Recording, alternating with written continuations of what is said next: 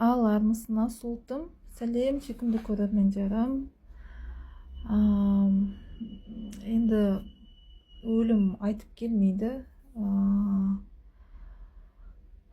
Тірі адам тіршілігін жалғастырады, бірақ өлім ол сәт, ол біздің өміріміздегі табиғи құбылыс. Адам өмірге келеді, өмірден қайтады, қайтқан адамдардың барлық жандары жай тапсын, жатқан жерлер жарық, топырақ, торқа, қалған өмірлері бала-шағасына, ұрпағына, немере шөберлеріне жалғасып қалсын. Тас түскен жеріне ауыр түсінем, қайғы оңай нәрсе емес. Адам ішкі бауыр еті езіліп, күйік ішке түсіп кетуі мүмкін, сондықтан бізде жоқтау айтылады. Менің анамның кітабы «Шапағатым, аманатым» деп аталады. Менің анашым Ұлбике өте бай қызы, ұстаз, шипагер, анамның ақындығы бар тұғын, әңгімелер жазатын. Содан кейін өлең, анамның өлеңі өзін анасына арналған. Ақсесеп апатайымды бүгін еске алып жоқтаймыз. Сіздер де осылай білетін ақын, кім сөз жаза алатын адамдардан хатқа түсіріп, өзіңіздің тума туысқандарыңыз қандай болды, соны қағаз бетіне түсіріп, белгілі бір қасиеттерін арттырып, абыройын, жаңағыдай қандай тұла бойындағы жақсы қасиеттерін бәрін айта отырып, қағаз бетіне түсіріп, сіздер де осылай жоқтау айта аласыздар. Ән үкілі бір айдың әні, сөзі анамның кітабынан, анасына арналған. Барша қайтқан адамдарға арнаймын, тек аналар емес, аталарға да.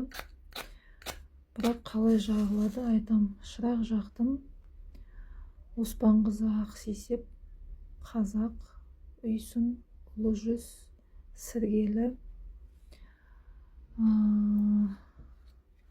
Сіргелінің ішінде Ақкөңірдегі тай жұрты, нағашы жұрты бөгежілдер. Тілім жазық.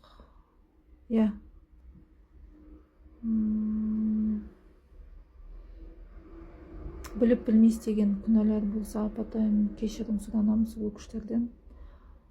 Оспан қызы Ақсесептің жанын жай тапсын, арнау жоқтауымды қабыл алсын, аруағы жебеп жасқасын.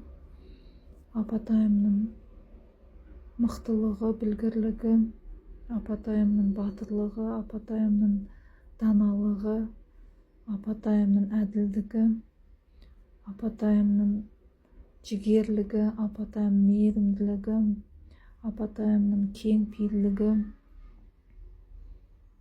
өз заманында, өз уақытысында барша жұртқа кең жүрек, ақ дидарымен, ақ жүрегімен әйгілі Ақсесеп апатайым.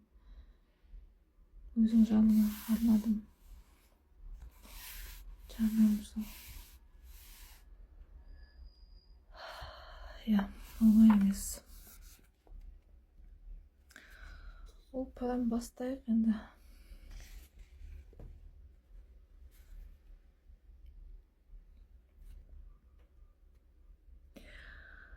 Нәзіктік ғажайыппен күштен тұрған мейірімің ақ жүзіңнен тамған ана, жайдары жарқын бейнең санамдана, қамқорлығын маған деген ғұмырнама. Жаныңы жай тапсын апатайым, әділетті төрешедің асыл ана, төрде бос қасиетті орның ана. сәулесі от өшпестей жанарында, көрем мен тек суреттен жаным ана, жаныңа жай тапсын апатайым. Бауырыңда қасқағым сәт, бұлтпын ана, өмір шіркін жетеліпті өз бағына. Аялап сыйлар бағып, кез келгенде әттең ай жоқсың өзің қасымда ана, жаныңа жай тапсын апатайым. Жаныңа жай тапсын жан апатайым. Апатайларыңыз, аталарыңыз, жақындарыңыз қайтқан отбасыларға, шаңырақтарға иіліп, егіліп, көзімнен жас ағып, басымды иіп тұрып көңілімді айтам. Қазан арты қайырлы болсын.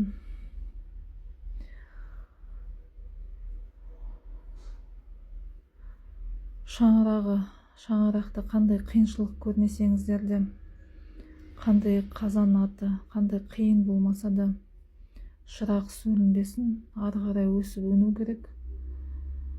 Жақында қайтқан болса, 40 күн шырақ жағастыр. Шырақтан жасқансаңыздар, есіл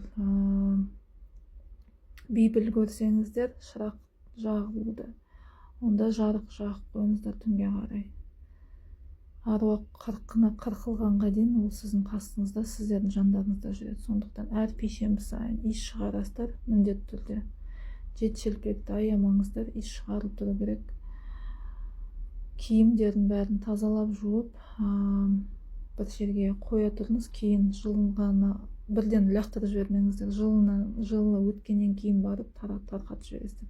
Енді үлкен ата, үлкен енді ақсақал болса, енді оны жыртысқа береді, енді шапандарын, ол жыртысты да лақтырып жібермейсіздер. Одан құрақ көрпе, құрақ жастық, құрақ көрпешелер жасап, кәдеге үйге тұтынасыздар. Қайтып кетті, ойбай болды, кетті деп киімдерін, заттарын, тұтынған ас ішкен қасықтарын, ыдыстарын лақтырып жібермеңіздер. Оны тәбәрік ретінде алып қалады. Енді шетінеген бөпелер болса, киімін тарқатып жібереді. Егер алып қойған болсаңыздар, затын, төсағаштарын. Олайынша әр пенде, әр адам ол бізге қастерлі, өйткені ол әулеттің ішіндегі өз орны бар адам. Сондықтан жаны, тәні қасымызда болмағанмен, жаны біздің қасымызда. Сондықтан өлді деуге бола ма айтындаршы, арқасынан керемет із қалдырған деп Абай атамыз айтпақшы. Ол кісі апалар, аталарымыз біздің бәрібір тұла бойымызда. Бауыр еті баламыз, бауыр еті бауырымыз, олар бәрі бір-бірімізбен біз байланыстымыз. Сондықтан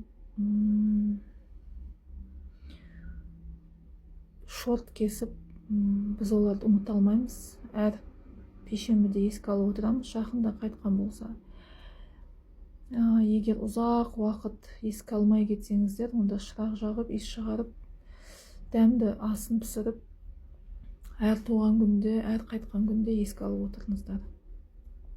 Одан бастарыңыз түсіп қалмайды, керісінше әр уақыт тіктеліп, рухтанып қаласыздар. Сол шырақ аяғына дейін жанып бітеді, апатайыма мен өшірмеймін, шырақ өзі өшеді, өзі аяғына дейін жанып бітеді.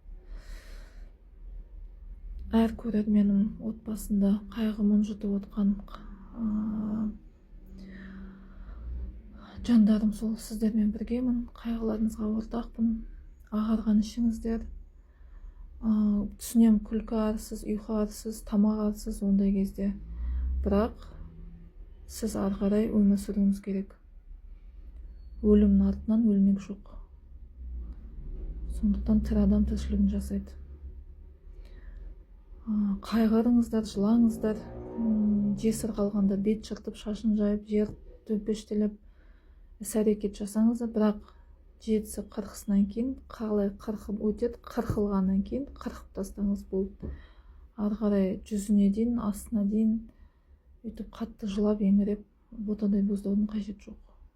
Өйткені ол жан сіздің қасыңызда 3 жылға дейін, қырқылғанға дейін де, 3 жылға дейін де ол ие кие болып әулетке қайта бөпемен туылуы мүмкін, келін алуыңыз мүмкін, қыз ұзатып жиендеріңізден қайта туылуы мүмкін, болмаса ие кие бір елік, болмаса бір арқар, болмаса бір құс, аң құс ретінде ие кие болып үйіңіздің айналаңызда жүруі де мүмкін. Сондықтан жылап еңіреп ботадай боздап жаны суық ағып жібермеңіздер. Толық мағлұматты Шоқан Уәлихановтың очерктерінен оқи аласыздар. Адам еңіреп жылап қалай жаны су болып ағып кететін. Сондықтан аруақты қауратып жібергіңіз келмесе, жылаңыз 7 күн, 40 күн болды.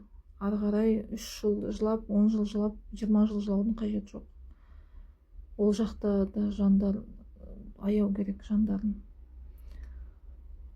Сондықтан жоқтаудың ең күшті қасиеті іштегі қайғы-мұңды шығару.